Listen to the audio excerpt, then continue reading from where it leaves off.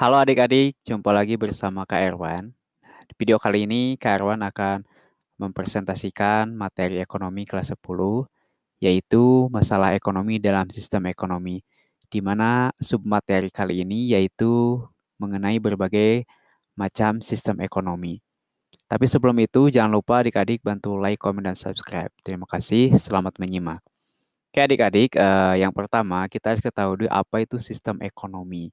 Nah, sistem ekonomi ini pada dasarnya merupakan suatu cara yang diambil dalam rangka mengatur sekaligus mengorganisir seluruh kegiatan ekonomi, baik ekonomi rumah tangga negara atau pemerintah, maupun rumah tangga masyarakat atau swasta.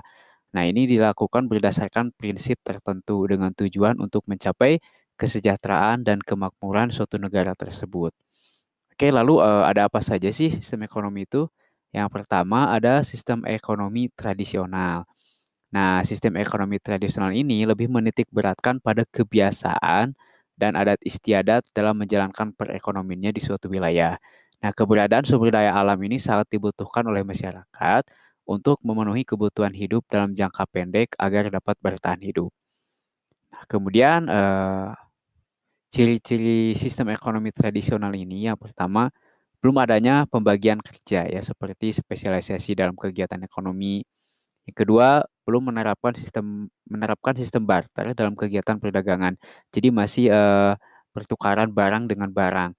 Kemudian yang ketiga, jenis produksi ditentukan sesuai dengan kebutuhan. Jadi kalau kebutuhannya hari ini 1 kilo, maka yang diproduksi mungkin 1 kilo. Kemudian hubungan masyarakatnya masih bersifat kekeluargaan. 5. Bertumpu pada sektor agraris. Kemudian kegiatan ekonominya ini terikat pada adat istiadat seperti di daerah. Kemudian alat dan teknologi produksi masih bersifat sederhana atau manual yang bisa langsung dilakukan oleh manusia. Kemudian teknik produksinya dipelajari secara turun-temurun dan bersifat sederhana. Kemudian kekayaan alam terutama tanah dan hutannya menjadi sumber penghidupan utama. Apa sih kekuatan dari sistem ekonomi tradisional ini? Yang pertama nih, setiap masyarakat nanti akan termotivasi untuk menjadi produsen atau menghasilkan produk atau barang sendiri. Kemudian tidak terdapat persaingan atau tidak adanya persaingan yang tidak sehat karena produksinya ini tidak ditujukan untuk mencapai keuntungan. Kemudian dengan sistem pertukaran barter, masyarakat cenderung bertindak jujur karena barangnya sudah terlihat jadi jujur gitu melihat suatu barang dengan barang yang lain itu sama. Kemudian mendorong hubungan kerjasama dan kerukunan antar individu terjalin erat. Kemudian perekonomian masyarakat ini cenderung stabil. Kemudian alam relatif terjaga karena masyarakat cenderung menjaga kelestarian alam. Kemudian apa sih kelemahan dari sistem ekonomi tradisional yang tentunya di era sekarang ya? Yang pertama, kegiatan ekonomi hanya untuk memenuhi kebutuhan hidup. Yang kedua, sulit mempertemukan kedua belah pihak yang saling membutuhkan. Jadi kalau jaraknya jauh kan sulit juga untuk bertemu dan itu membutuhkan waktu. Kemudian produktivitasnya rendah akibat tidak adanya teknologi yang digunakan atau penggunaan teknologinya masih sederhana. Kemudian sulit menetapkan ukuran dari barang yang dipertukarkan. Kemudian kualitas barang hasil produksinya masih rendah. Kemudian kegiatan ekonomi tidak ditujukan untuk mencari keuntungan. Nah, selanjutnya kegiatan ekonomi tidak untuk meningkatkan taraf hidup. Jadi lebih untuk ke kebutuhan. Cenderung menolak perubahan sehingga masyarakat kurang berkembang. Kemudian kelemahan selanjutnya, alokasi sumber daya ekonomi dilakukan secara tidak efisien. Kemudian adik-adik, apa saja sih negara yang menerapkan sistem ekonomi tradisional ini? Pertama ada Indonesia, tentunya di Indonesia masih ada wilayah-wilayah yang eh, menggunakan sistem ekonominya secara tradisional. Contohnya di wilayah pedesaan, di daerah Papua ataupun juga Kalimantan yang berada di wilayah-wilayah pedesaan. Kemudian yang kedua ada negara Afrika. Yang ketiga ada Ethiopia ya adik-adik, ini negara Ethiopia. Kemudian yang keempat ada negara Lithuania. Apa ya itu ya kalau nggak salah. Oke, selanjutnya. Yang kedua ada sistem ekonomi komando atau terpusat. Nah, sistem ekonomi komando ini merupakan sistem ekonomi dari seluruh kebijaksanaan perekonomiannya ini ditentukan oleh pemerintah. Jadi pusatnya dari pemerintah. Sedangkan masyarakat hanya menjalankan peraturan yang dibuat oleh pemerintah tersebut. Nah, sistem ekonomi komando ini berdasarkan pada teori yang dikemukakan oleh Karl Marx dalam bukunya yang berjudul Das Kapitalis tahun 1867. Lalu apa sih dari ciri-ciri sistem ekonomi tradisional ini, komando ini ya? Yang pertama cirinya itu sumber daya ekonomi dikuasai dan dimiliki sepenuhnya oleh negara. Kemudian tingkat harga dan tingkat bunga ini ditentukan oleh pemerintah. Jadi tingkat bunga, suku bunga gitu ya, kemudian tingkat harga, kemudian kebebasan dalam berekonomi bagi masyarakat ini sangat terbatas. Jadi tadi itu ya, jadi masyarakat itu diatur oleh pemerintah dalam perekonomiannya. Kemudian regulasi ekonomi ini diatur dan ditetapkan oleh pemerintah. Lalu apa sih kekuatan dari sistem ekonomi komando ini atau terpusat? Yang pertama tentunya pemerintah menentukan jenis kegiatan produksi yang sesuai dengan perencanaannya, sehingga pasar di dalam negeri ini berjalan dengan lancar sesuai dengan koridor dari pemerintah. Kedua, pemerintah lebih mengendalikan inflasi, jadi mudah pemerintah untuk mengendalikan kenaikan harga. Inflasi itu kan adanya kenaikan harga, kemudian pengangguran, itu bisa dikendalikan oleh pemerintah. Atau berbagai keburukan ekonomi lainnya yang terjadi karena kegiatan ekonomi ini direncanakan oleh pemerintah. Jadi semuanya sudah direncanakan oleh pemerintah. Kemudian kekuatan selanjutnya, pemerintah bertanggung jawab penuh terhadap kegiatan ekonomi. Selanjutnya, pengendalian dan pengawasan ini lebih mudah dijalankan oleh pemerintah karena semuanya sesuai dengan aturan pemerintah dalam menjalankan ekonomi masyarakat. Apa sih kelemahan dari sistem ekonomi komando atau terpusat ini? Yang pertama tentunya tidak ada kebebasan untuk berwirausaha atau berusaha dan juga hak milik perorangan ini tidak diakui oleh pemerintah. Kemudian apalagi potensi kreativitas dan inisiatif masyarakat tidak berkembang sebab segala kegiatan ekonomi ini direncanakan oleh pemerintah. Kemudian sering terjadi praktik monopoli yang merugikan masyarakat. Jadi semua kegiatan usahanya itu kebanyakan dilakukan oleh pemerintah dan kebanyakan pemerintah yang menguasainya. Kemudian masyarakat tidak memiliki kebebasan untuk memiliki alat dan sumber daya. So, apa sih adik-adik kelemahan dari negara ini? Tadi sudah dijelaskan ya. Kemudian negara yang menerapkannya. Nah, negara ini biasanya disebut negara sosialis ya. Adapun negara yang menerapkan sistem ekonomi komando ini yaitu Korea Utara. Nah, adik-adik bisa lihat sendiri ya, kehidupan di Korea Utara itu emang semuanya dikendalikan oleh pemerintah, terutama di pemerintahan Kim Jong Un yang sekarang. Bisa dilihat-lihat ya informasinya di YouTube ya. Kemudian selanjutnya yang ketiga ya, ada sistem ekonomi pasar atau liberal. Nah, di mana sistem ekonomi pasar ini merupakan suatu sistem ekonomi di mana negara memberi kebebasan kepada setiap orang, kelompok, ataupun juga pengusaha atau perusahaan untuk mengadakan kegiatan ekonomi.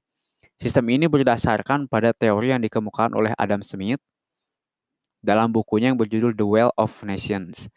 Nah, sudah ada gambaran ya, liberal itu biasanya negara-negara yang punya perekonomian yang cukup kuat adik-adik ya.